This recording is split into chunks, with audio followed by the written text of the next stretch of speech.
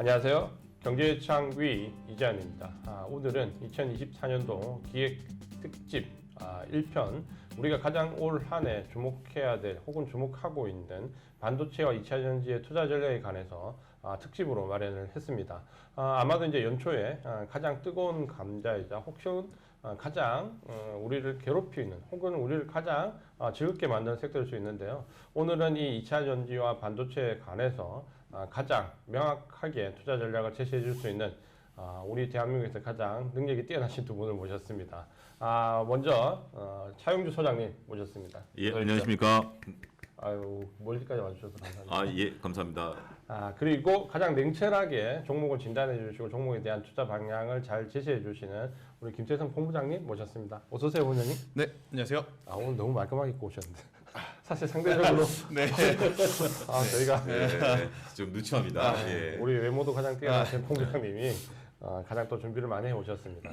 아마 이제 연초에 가장 궁금해하신 게 반도체 이게 메가 트렌드와 2차 전지의 가장 암울한 소식, 과연 이게 이대로 계속 2024년도에 지속될 것인가, 아니면 여기서 뭔가 반전이 있을 것인가. 사실 투자 전략을 세운다는 게 쉽지가 않습니다. 둘 다 우리가 가장 주목해야 될 섹터도 많고, 작년 2023년도에 상당히 세계 경기가 암울할 때 그래도 가장 캐펙스 투자가 많았던 곳 1위가 AI 반도체였고 2위가 바로 EV였습니다. 그러니까 여기에 본다면 올 한 해 정말 성과가 나와야 되는데 이 부분에 대해서 이제 우리가 투자 전략을 오늘은 좀 압축해서 정말 어떻게 대응해야 되는지에 대해서 집중적으로 좀 물어보고 싶습니다. 먼저 생각보다 미국만큼 강력하지 않다 반도체, 이 부분에 대해서 장주 소장님께 먼저 여쭤보겠는데요. 소장님, 지금 엔비디아나 우리가 지금 알고 있는 이 AI 반도체와 관련된 모멘텀이 상당히 지금 미국 증시는 끝도 없이 상승하고 있는데, 사실 삼성전자 실적 발표에 의해 주춤했고요. 하이닉스는 실적이 좋게 발표됐는데도 사실 주가 흐름이 좋지 않습니다. 먼저 이제 우리가 어떻게 이 현상을 좀 봐야 될까요? 우리가 이제 반도체라고 한다라면 하나의 이제 칩을 생각하시는 경우가 많은데요. 반도체를 좀 구분할 필요가 있다라고 말씀드릴 수가 있겠습니다. 우리가 기존에 삼성전자나 SK하이닉스를 이끌었었던 것은 D램과 관련된 반도체고요. 그다음에 지금 2023년서부터 훈풍이 불었었던 것은 엔비디아의 GPU와 같이 연동이 되는 HBM이라는 반도체입니다. 그것은 D램과는 성격이 다소 좀 다르는 병렬 구조에 있어서 가장 적합한 반도체라고 말씀드릴 수가 있겠죠. 또 최근에는 우리가 온디바이스 관련된 반도체까지 관심을 끌면서 반도체가 이구동성으로 올라가면서 다소 혼란을 주기도 합니다. 그런데 이것을 일단 좀 정리해 볼 필요가 있다라고 말씀드릴 수가 있겠습니다. 먼저 D램은 재고 문제가 상당히 심각합니다. 삼성전자나 SK하이닉스 같은 경우 일단 만들어지는 과정을 조절한다 하더라도 판매되는 것보다 여전히 만들어지는 것이 많기 때문에 이 재고에 대한 부담을 어떻게 떨어내느냐가 가장 중요한 관건이 된다라고 말씀드릴 수가 있겠죠. 우리가 이제 반도체 같은 경우 2023년 이전만 하더라도 우리가 이제 감산에 대한 얘기들이 좀 많이 나왔고, 그럼 반도체가 올라갈 거 아니야? 라고 얘기를 많이 했었죠. 이게 2019년도에 있었던 것에 대한 데자뷰처럼 얘기가 많이 됐습니다. 그런데 우리가 한 가지 오해하고 있는 것 중에 하나가 2019년 이후에 2020년에 코로나가 터지면서 우리가 이제 재택근무가 되면서 D램에 대한 수요가 일시적으로 많이 몰렸었던 거죠. 이게 결국 산업적인 거냐 아니면 사회적인 현상이냐라고 봤을 때는 후자인 경우가 더 많다라는 거죠. 특히 그때 당시에 투자가 많이 됐었던 D램 같은 경우 지금 이제 재고에 대한 부담이 있는 거죠. 자, 그러면 반도체 희망을 어디서 봐야 되느냐라고 봤을 때는 우리가 GPU라는 엔비디아의 발 훈풍에 뒤힘어서 HBM과 관련된 것을 봐야 된다라는 거죠. 우리가 이제 D램으로 본다라면 삼성전자 당연히 앞서가겠습니다만 HBM 트리거가 나타남으로써 하이닉스가 올라가기 시작했다라고 말씀드릴 수가 있겠죠. 그러면 엔비디아는 신고가인데 왜 하이닉스와 삼성전자가 못 가느냐? 하이닉스 같은 경우 신고가 부분에서 움직이고 있죠. 근데 하이닉스는 두 가지가 다 끼어 있는 거죠. 하나는 HBM, 하나는 D램이 있기 때문에 엔비디아처럼 그렇게 뛰어나게 올라가지 못하는 그런 현상을 보셔야 된다라고 말씀드릴 수가 있겠습니다. 저는 하이닉스가 결코 약하다라고 보이지는 않습니다. 하이닉스가 실적 발표된 이후에 꾸준히 저점을 높여가고 있다는 측면에 있어서는 여전히 시장의 중심이 있다라고 봐야 되겠죠. 그럼 마지막으로 온디바이스 관련주들은 어떻게 봐야 되느냐? 안타깝게도 온디바이스 관련주들은 원래 반도체라는 것은 급등하고 나면 조정을 좀 받게 되는데 그 사례에 포용이 된다라고 말씀드릴 수가 있겠죠. 갤럭시 24가 이제 출시된 이후에 온디바이스 관련주들은 실적으로 증명해야 되는 숙제를 떠안았다라고 말씀드릴 수가 있겠죠. HBM은 실적으로 증명이 됐기 때문에 우리가 한미반도체라든지 SK하이닉스가 나름대로 주가 퍼포먼스를 보였는데 이제 제주반도체를 필두로 해서 온디바이스 관련주들은 실적을 보여줘야 되는 숙제를 떠안았다라고 말씀드릴 수가 있겠습니다. 자, 정리하자면 저는 반도체를 투자하신다라면 SK하이닉스를 중심으로 두고 SK하이닉스를 저점으로 모아가시든지 아니면 SK하이닉스가 살아있는 동안에 다양한 반도체를 보실 필요가 있다. 그런데 온디바이스 관련주들은 우리가 지난주에 제주반도체가 꺾였기 때문에 당분간 조정과 변동성에 대한 부분들을 보셔야 된다. 반도체는 종류가 많습니다. 하지만 반도체는 2024년 중반까지는 특히 HBM 중심으로는 계속해서 투자할 수 있는 가장 매력적인 섹터고 가장 투자가 많이 이루어질 분야이기 때문에 여기에 집중하실 필요가 있지 않을까 말씀드릴 수가 있겠습니다. 일단 HBM 반도체가 모멘텀이 확장되고 있고 지속될 것이고 이게 상반기까지는 상당히 또 강하게 갈 것이고 그러면 소장 이거를 우리가 상반기에는 하이닉스 중심으로 하반기에는 재고가 어느 정도 많이 감소하고 새로운 사이클 형성될 수 있는 하반기 쪽에는 삼성전자 이렇게 좀 봐도 될까요? 근데 그거는 우리가 좀 봐야 될 것이 삼성전자 같은 경우는 이제 외국인들 매수가 좀 들어와 줘야 된다라는 거죠. 물론 그런 흐름으로 보시긴 하셔야 될 것 같아요. 근데 저는 D램 반도체가 새로운 트리거를 이끌기는 쉽지 않다.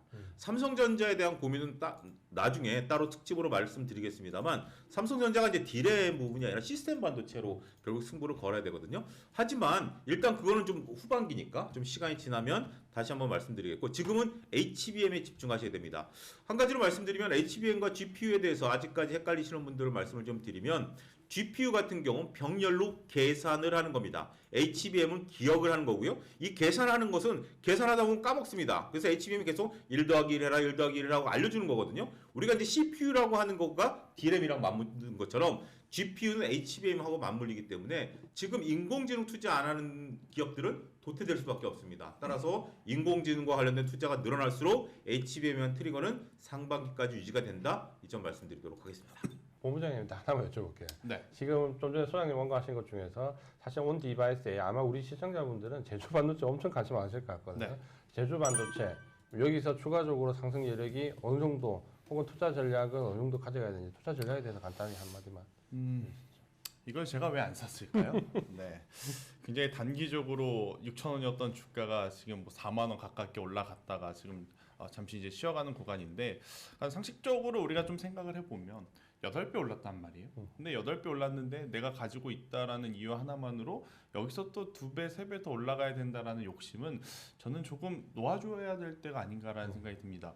일단 제조 반도체에 대해서 뭐 안 좋게 평가를 드리기보단 이 기업의 좋고 나쁘고를 떠나서 주식을 사고 파는 입장에서 봤을 때 지금은 현저히 보유자분의 영역일 뿐 지금 위치에서 안 샀는데 계속 올라가네 한번 사볼까? 그러면 이제 고통의 시작이 될 가능성이 굉장히 높거든요. 그래서 저는 제조 반도체 같은 경우에 손절 기준이 있으신 분들에게는 충분히 변동성을 좀 이용한 트레이딩은 가능하다라고 생각이 들지만 사실 이 부분에 대해서는 투자라기보단 트레이딩 개념으로 좀 보셔야 될 것 같고 투자를 해보신다라고 하면 앞서 이제 소장님께서 언급해주신 SK하이닉스 저는 지금의 가격 조정을 여러분들이 조금은 이용해볼 필요 있다라고 생각이 드는 게 모멘텀이 바뀐 것은 하나 없습니다. 그러니까 작년 2분기, 3분기부터 SK하이닉스를 이야기할 때 HBM에 대한 성과는 나올 것이고 2023년 당시에 그 해보다 다음해 그러니까 올해 2024년도에는 그 실적이 더 배가 될 것이다라는 이야기를 많이 했지 않습니까? 일단 4분기 실적 흑자 전환했어요. 삼성전자는 물론 조금 부족했지만 일단 성적표를 잘 냈기 때문에 믿음을 좀 저는 더 줘야 된다라는 생각이 들고 있고 삼성전자, SK하이닉스가 지금 상대적으로 덜 올라간 부분은 저의 개인적인 생각으로는 공교롭게도 이 공매도 금지에 대한 부작용이 조금은 나타난 것이 아닌가. 그러니까 메이저 주체들이 우리나라 시장에 대해서 뭐 좋고 나쁘고를 떠나서 하방 배팅을 할 곳이 없다 보니까 개별 종목군들에 대한 선물 매도 혹은 파생 시장에서 이제 매도 포지션으로 이제 수익을 챙기면서 글로벌 증시의 속도감을 우리나라 기업들이 따라가지 못하는 현상. 근데 이것들이 점차 완화가 되겠죠. 그렇다라고 하면 지금 가격은 우리가 그렇게 겁낼 필요는 없다라는 의견 한번 드려보도록 하겠고요. 대신에 이제 상반기에 하이닉스라면 하반기에는 삼성전자인데 문제는 개인 투자자분들이 삼성전자를 사서 이 수익률 게임 하기가 좀 힘들 겁니다. 그렇다라고 하면 저는 좀 영역을 확장해 봤었을 때 삼성전자 밸류체인에 걸려 있는 TLB와 같은 기업들. 그러니까 어차피 대형 서버는 이제 늘어나게 될 것이고 거기에 들어가는 뭐 DDR4, DDR5를 이제 전문적으로 또 취급하고 있는 기업들은 상반기보다 훨씬 나은 하반기를 또 그려볼 수 있지 않겠는가라는 의견까지 드려보도록 하겠습니다. 반도체를 우리가 정리를 한번 해보면 지금 우리 소장님과 본부장님의 말씀대로 일단 HBM 모멘텀의 단기 테마성이나 이런 우리가 단기적 접근보다는 좀 중장기적인 관점으로 펀더멘탈 개선으로 봐야 되고 지금 현재 우리가 하이닉스 관련돼서 조정을 받는 것은 어쩌면 지나고 보면 기회일 수 있다라는 점 그리고 하이닉스가 이렇게 우리가 증시가 좀 왜곡되는 부분은 분명히 외국인들의 롱숏 전략의 차질이 오기 때문에 어느 정도 수급적인 부분으로 우리가 해석을 하는 게 좋을 것 같다라는 부분이고 또 두 분이 이제 공통적으로 말씀해 주신 부분은 HBM 반도체 중심을 하이닉스로 잡으시는 게 좋을 것 같고 다만 최근에 이 AI 모멘텀이 확장되면서 뭐 소프트웨어 쪽이나 혹은 온 디바이스 AI 쪽에 급등하는 종목들이 속출하는데 여기는 트레이딩 관점으로만 접근을 하자. 이렇게 정리를 한번 해보겠습니다. 그리고 이제 우리 이제 가장 뜨거운 아주 핫한 정말 우리가 그 말을 조심해야 되는 2차전지 섹터인데 사실 2차전지 섹터에 대한 투자 전략을 제시해 드리는 게 참 쉽지가 않습니다. 근데 여기가 우리가 그래도 자체적인 채널이기 때문에 사실 어떻게 보면 뭐 본부장님도 마찬가지고 소장님도 마찬가지고 저도 마찬가지지만 많은 매체에서 방송을 하고 있지만 어쩌면 하고 싶은 얘기를 못했을 수도 있습니다. 그래서 오늘은 정말 저희 세 명이 생각하는 투자 전략을 이런 부분이다라를 꼭 참고를 할 수 있는 부분에 대해서 한번 말씀을 드리려고 합니다. 먼저 우리 본부장님한테 2차 전지에 관련된 부분에서 지금 상황이 과연 어떻게 진행되고 있는 건지 그리고 향후 투자 전략을 어떻게 해야 되는지 한번 여쭤보겠습니다. 많이 힘드시죠? 네, 아마 지난 금요일 날, 그러니까 어제 우리나라 증시가 반등하지 않았다면 아마 2차 전지를 가지고 계신 많은 개인 투자자분들의 이제 심리가 굉장히 이제 좀 극한까지 몰릴 수도 있었던 그러한 상황이었었는데 정말 다행스럽게도 지금 아랫꼬리를 달리면서 좀 올라오다 보니 그래도 이제 여러 가지를 좀 생각을 하실 수 있는 여유는 조금 있지 않겠는가라는 생각이 들어요.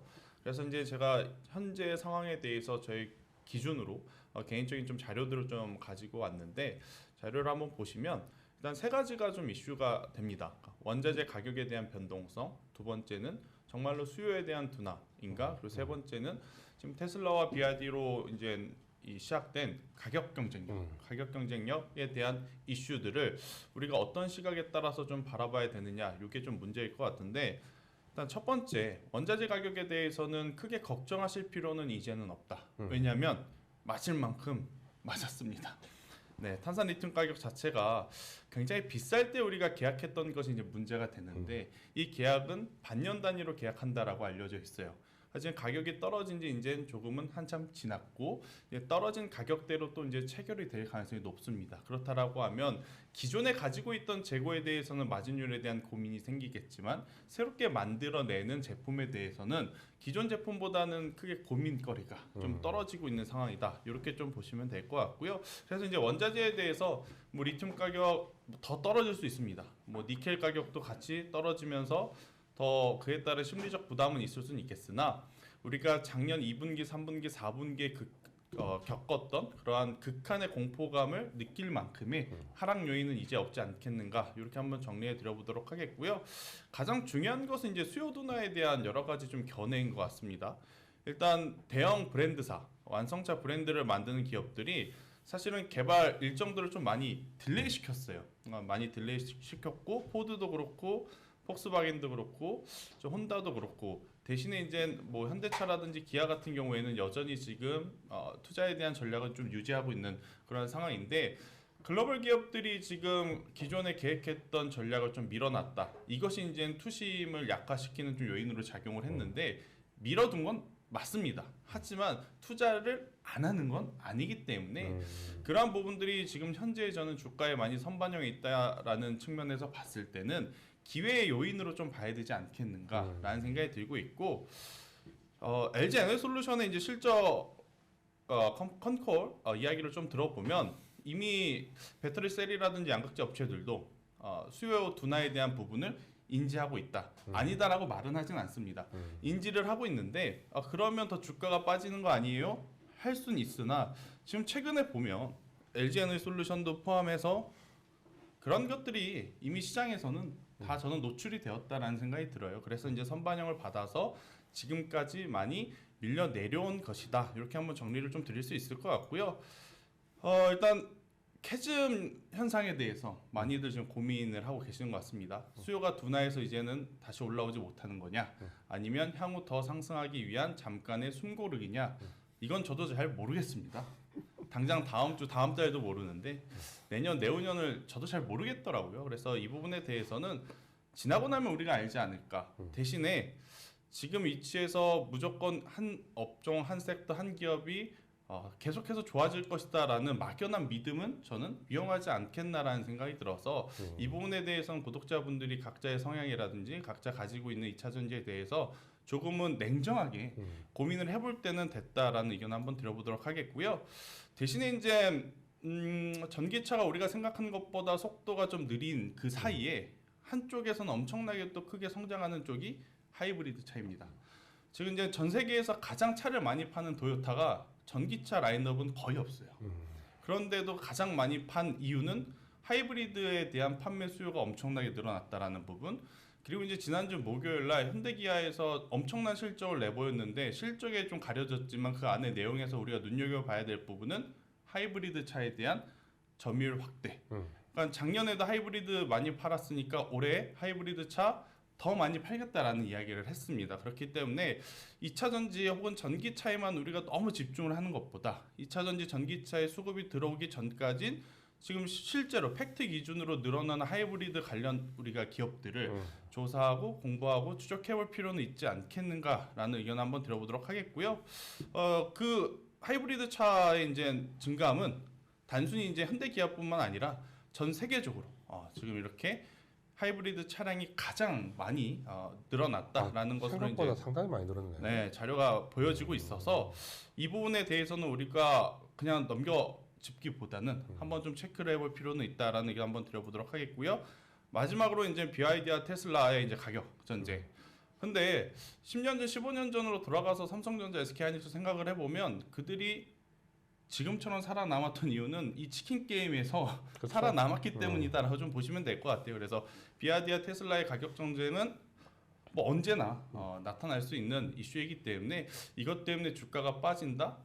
저는 기술력을 가지고 있는 기업을 투자하고 있다라고 하면 그 가격의 조정을 우리는 이용해 볼 필요는 있다라는 의견 한번 들어보도록 하겠고, 뭐 LG에너지솔루션, SK이온, 삼성 SDI 우리나라 배터리 셀 기업들이 뭐 전체 이제 글로벌 시장에서 이제 차지하고 있는 점유율은 굉장히 탄탄하기 때문에 기업의 좋고 나쁘고를 따지기보다 이제 주가를 이제 사고 파는 개념으로 좀 고려를 해봤을 때 신규 매수는 저는 가능하다 생각이 들어요.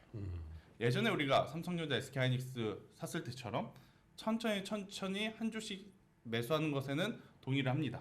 그런데 이제 문제는 이 기업을 이야기 안 할 수는 없을 것 같죠. 에코프로나 에코프로 BM처럼 이 고점에 가지고 계신 분들에게 저는 지금의 위치가 추가 매수를 할 수 있는 기회다라고 말씀드리기에는 어려울 것 같습니다.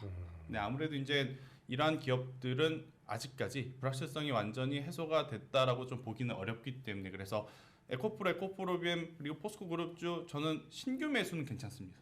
하지만 기존에 가지고 계셨던 분들은 조금은 더 시간을 두고 정말로 2차 전지가 우리가 처음에 기대했던 속도만큼 발전하는 그 시기가 왔을 때 그때 추가 매수를 해도 저는 늦지 않는다라는 조심스러운 좀 생각을 한번 드려보면서 제 이제 개인적인 의견을 한번 말씀드려보도록 봤습니다. 우리 김채선 본부장님이 상당히 준비를 많이 해오셔가지고 네, 아주 그 좋은 자료를 많이 봤는데 네.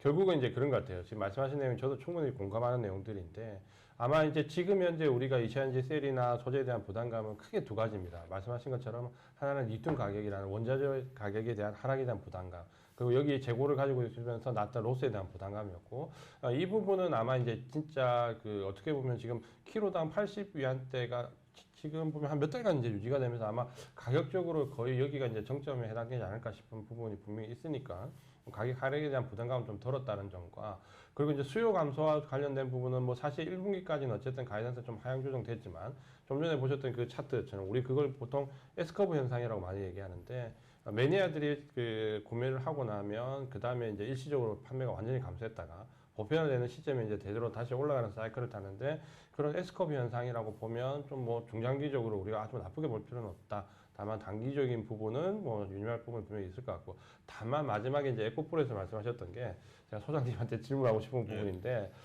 이 밸류에 대한 부담감은 분명히 있다라는 부분인데 결국 고점에서 사신 분들이 추가 매수하기는 조금 아직 어렵다라는 의견을 본부장님이 말씀해 주셨거든요.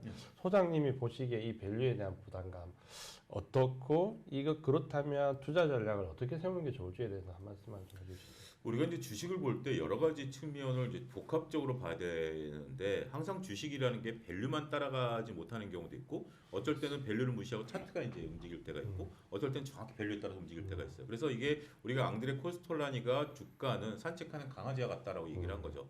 그래서 어쩔 때는 이제 밸류를 따라가기도 하고 아니는데 지금 이제 2차전지 이제 에코프로 중심으로 얘기를 해보자면 저는 이런 말씀을 좀 드리고 싶어요. 에코프로가 올라갈 때도 약간의 에코프로를 걱정하는 목소리들이 있었어요. 그런데 그 목소리보다는 에코프로를 긍정하는 목소리가 더 컸었다라는 거죠. 그런데 지금은 이제 에코프로를 부정하는 목소리가 나오는 게 아니라 2차전지 업종과 이 생태계에 대해서 전반적으로 우려하는 목소리들이 나온다라는 거죠. 이것은 어떻게 보면 예측 못했었던 것일 수도 있습니다. 2023년만 하더라도 리튬 가격이 이렇게 떨어질 거라고 예측했었던 전문가는 제가 볼 때는 아무도 없어요.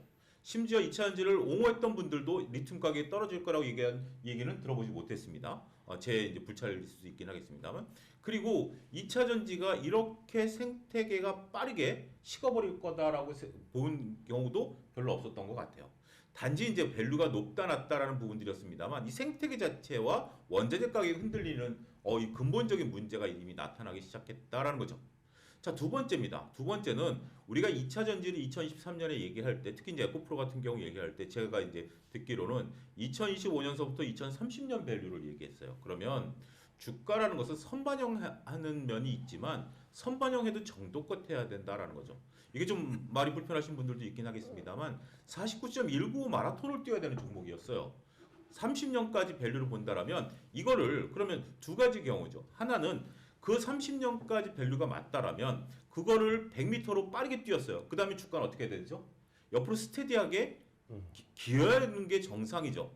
밸류와 원래 이제 이격도가 벌어지게 되면 실적과 주가가 이격도가 벌어지게 되면 두 가지예요. 실적이 꺾임으로써 주가가 내려오든지 아니면 주가가 기다리면서 실적이 오기를 기다려줘야 되는데 지금 49.195를 뛰어야 되는데 100m 뛰고 기다리고 있는데 이게 벌써 길이 끊어져 버렸다는 거죠.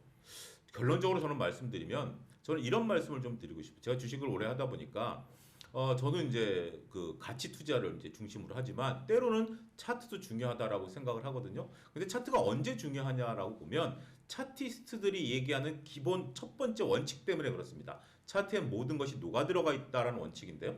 근데 모든 차트가 전 다 녹아 들어가 있다라고 보진 않아요. 단지 우리가 많은 사람들, 우리가 2차 전지에 대해서 삼성전자에 대해서 우리나라에서 모르시는 분들이 계실까요? 없다라고 전 생각을 해요. 그러면 삼성전자나 2차 전지 차트에는 모든 것이 녹아 들어가 있다라고 생각을 합니다. 우리가 모르는 2차 전지와 관련된 내용들이 특별히 있겠느냐? 저는 없다라고 봐요. 그러면 2차 전지를 보실 때 저는 차트를 보는 것이 정답이 아니겠는가? 지금 밸류가 어떻다, 내용이 어떻다, 이거는 견해의 차이죠. 하지만 차트는 투자자들이 실질적으로 행한 것들이 있습니다. 파는 분들이 바볼까요? 못 사는 사람이 바볼까요? 저는 그렇게 생각하지 않습니다. 다들 현명하다라고 생각을 합니다. 그런 것이 녹아 들어가 있는 차트이기 때문에 2차전지만큼은 차트에 따라서 대응하는 거. 저도 김태선 본부장님 말씀에 동의하는 게 지금은 저점이다라는 생각이 들긴 들어요.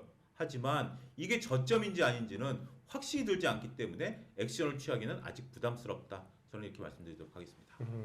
아마 이제 우리 소장님이 말씀하신 내용은 그런 것 같아요. 우리가 이제 2차 전지에 대해서 기대감이 이만큼 올라갔다가 그게 이제 현실화되는 시점이면 요걸 우리가 본부장님이 얘기했던 부분, 소장님이 얘기했던 부분 보면 결국 이제 여기서 우리가 좀 냉정하게 볼 현실적인 판단 구간에 들어왔는데 그 구간에서는 뭐 예를 들어서 기술적 분석이나 차트나 혹은 개별 종목의 진짜 밸류나 이런 걸 정확하게 따져서 여기서부터는 이제 우리가 막연한 기대감이 아니라 하나하나 정말 현실적인 부분을 따져서 어떻게 보면 우리가 쉽게 말씀드리는 옥석 가리기처럼 뭔가 이제 여기서부터는 이제 새롭게 접근하는 방법이 좀 필요하지 않을까라는 부분이고 저도 여기에 굉장히 공감합니다. 우리가 좀 보면 어떻게 보면 좀 답답한 부분이 2차 전지에 대해서 너무 양극단으로 얘기하시는 분들이 많은데 이거를 조금 더 현실적으로 본다면 분명히 투자 요소도 있을 거고 혹은 또 단기적으로 트레이딩의 요소가 있을 건데 이 부분을 좀 냉정하게 보자라고 평가를 좀 드리고 싶고 그 시점이 지금부터다. 그리고 우리 본부장님이 말씀하신 것처럼 지금 모든 면에서 한번 좀 여기서 공략해 볼 시점이 어느 정도 다가오고 있고 그때 우리 소장님이 말씀하신 것처럼 이걸 하나하나 냉정하게 평가를 해서 판단을 하자. 이렇게 좀 결론을 내면 될 것 같고요. 아마 이제 2차 전지와 관련돼서는 우리 구독자분들께 아주 이렇게 명확하게 딱 떨어지는 투자 전략이 제시되기는 어려울 겁니다. 하지만 이런 부분들을 좀 냉정하게 보시면 좋을 것 같고 마지막으로 제가 두 분께 가장 우리 구독자분들이 궁금해하실 한 가지 질문을 드리고 싶은데 동시에 대답해 주시면 될 것 같아요. 2차 전지 셀을 사야 되나 소재를 사야 되나 두 개 중에 하나만 고르신다면 어느 걸 고르시겠습니까? 저는 셀을 고르겠습니다. 저도 셀입니다. 큰일 났네요. 사실 저도 셀이거든요. 그래서 이게 보통 한 분 정도는 소재가 나야 되는데 사실 저도 셀이거든요. 아마도 그거는 펀더멘탈과 밸류와 모든 것을 판단해서 아마 공교롭게 저희 세 명 다 의견이 셀로 모아졌거든요. 이거는 참고만 하시면 될 것 같습니다.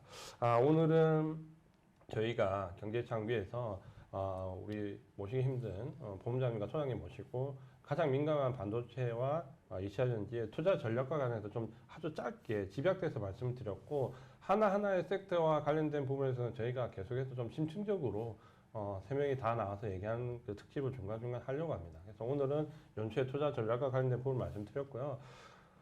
저희가 그 2월 24일 날 네. 강연회를 합니다. 그래서 저희 여의도 타클에서 세 명이 한 팀인데 2월 24일 날 저희가 뭐 방송에서는 개별적으로 다 말씀을 많이 드렸는데 좀 오프라인에서 이 반도체와 이산화와 관련된 주도 섹터 얘기를 저희가 방송에서 하지 못했던 좀 깊이 있는 얘기를 이번 강연회 때 좀 하려고 합니다. 그래서 2월 24일 날 하나증권과 같이 개최하는 강연에 시간이 되시는 분들은 저희가 아직 장소가 미정이고 날짜만 정했기 때문에 장소를 섭외 중이거든요. 확정되는 대로 다음 방송 때 공지를 해서 많은 분들이 좀 오셔서 같이 이 부분에 대해서 아주 허심탄회하게 얘기를 나눠보면 좋을 것 같습니다. 경제창위 오늘은 여기까지 말씀을 드리고요. 우리 차영주 소장님과 김세선 본부장님과 함께 만들어가는 경제창위 앞으로도 많은 관심 부탁드리겠습니다. 마지막으로 하실 얘기 있으시면 한마디 하시죠. 알겠습니다. 일단 시장이 빠지게 되면 아마 이제 많은 투자자분들이 고민이 좀 깊어질 수밖에 없고 특히나 이제 기대감이 높았던 2024년도이는 만큼 실망감이 굉장히 좀 크실 것 같아요. 그런데 수급적으로의 변화는 있었어도 우리가 기대했던 주도 업종들에 대한 모멘텀에 큰 변화는 없는 1월달이기 때문에 저는 충분히 조금만 더 감내하시고 그리고 이제 보유하고 있는 종목군들에 대해서 실적 위주로 포트폴리오를 꾸려 놓으셨다라고 하면 저는 더 좋은 2월달, 3월달이 될 수 있지 않겠는가. 지금 포기하면 죽도 밥도 안 됩니다. 그러니까 조금 더 힘내주시길 바라도록 하겠습니다. 저도 한 말씀 드리면 우리가 이제 주식 시장이 올라갈 때는 매매가 편하다라고 생각하실 수 있긴 하겠습니다만 올라가는 주식을 잡지 않으면 심리적으로 더 괴로워요. 오히려 개인 투자자분들이 매매하기 좋을 때가 언제냐면 저는 2024년이 될 수도 있다라고 봐요. 2013년에는 뚜렷한 반도체와 2차 전지를 내가 갖고 있지 않았다면 철저히 소외당했을 겁니다. 하지만 2024년에는 오히려 의외로 많은 업종들이 생각지도 않게 올라갈 가능성이 있어요. 그게 2022년에도 그랬거든요. 저는 그렇기 때문에 여러분들이 저희와 같이 이런 내용들을 꼼꼼히 살피신다라면 이제는 막연히 반도체가 갈 거야, 2차전지가 갈 거야 이런 시대가 아닙니다. 이제는 어떤 섹터 어디에 집중하느냐에 따라서 수익률이 달라질 수 있다는 점에 있어서 저도 그 점을 여러분들과 계속 공유하도록 하겠습니다. 네, 이렇게 두 분의 마지막 당부 말씀까지 잘 듣고 저희는 다음 주에 또 더 좋은 내용으로 찾아뵙도록 하겠습니다. 경제창위 이자였습니다.